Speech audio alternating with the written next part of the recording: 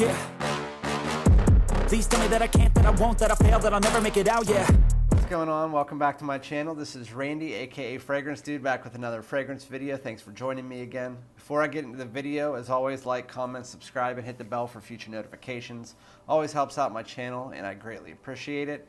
So in this video, I'm going to be covering a fragrance that is in a line that I've been meaning to collect the entire line. I have a few of them already, and that is YSL Y Eau Fraiche. It was on sale at Nordstrom Rack for about $40 or so, and so I ended up picking it up.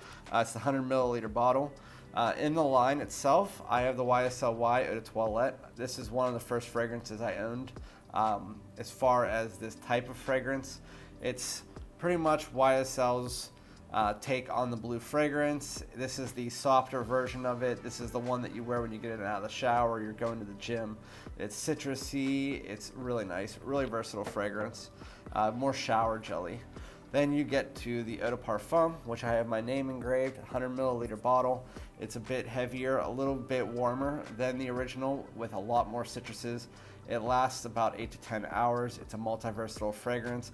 Can wear it pretty much day, night, summer, winter, any of that. It's really nice fragrance, Eau de Parfum, and it's one of the most mass appealing fragrances out there.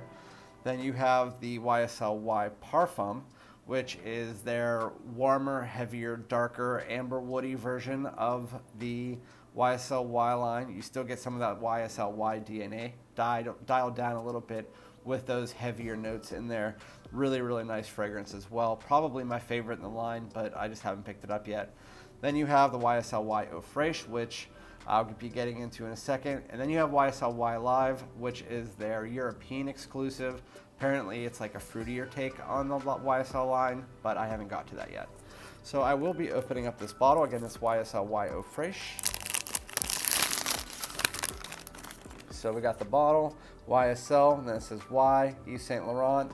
It's Eau Fraiche, 3.3 ounce, 100 milliliter bottle. And it doesn't say anywhere, I mean, I'm guessing it's just an Eau Fraiche. And I'm sorry about that. I wanted to double check that the YSL Y Eau Fraiche was a true Eau Fraiche, because every other time that I bought an Eau de Cologne or an Eau Fraiche, it usually is not a true Eau de Cologne or an Eau Fraiche. It's usually an Eau de Toilette or an Eau de Parfum.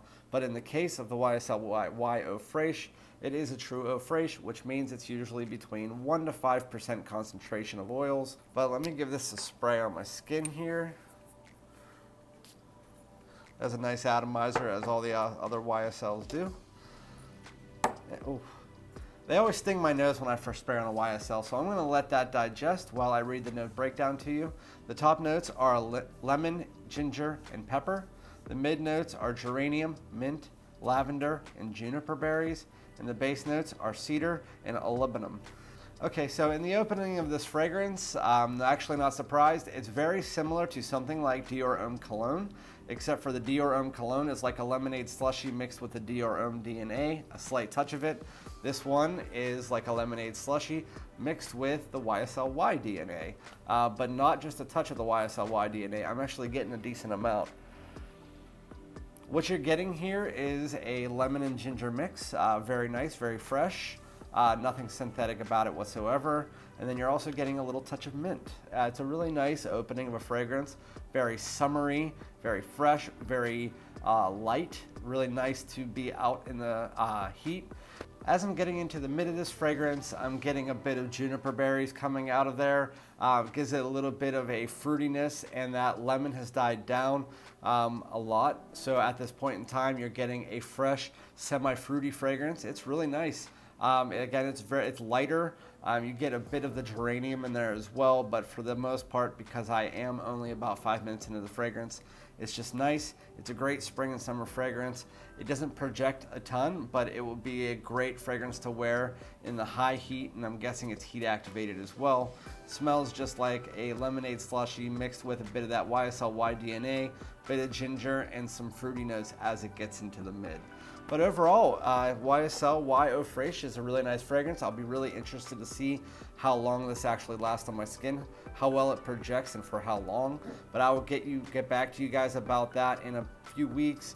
I'll try this on my skin, get some use on it in the high heat, and then I'll let you guys know.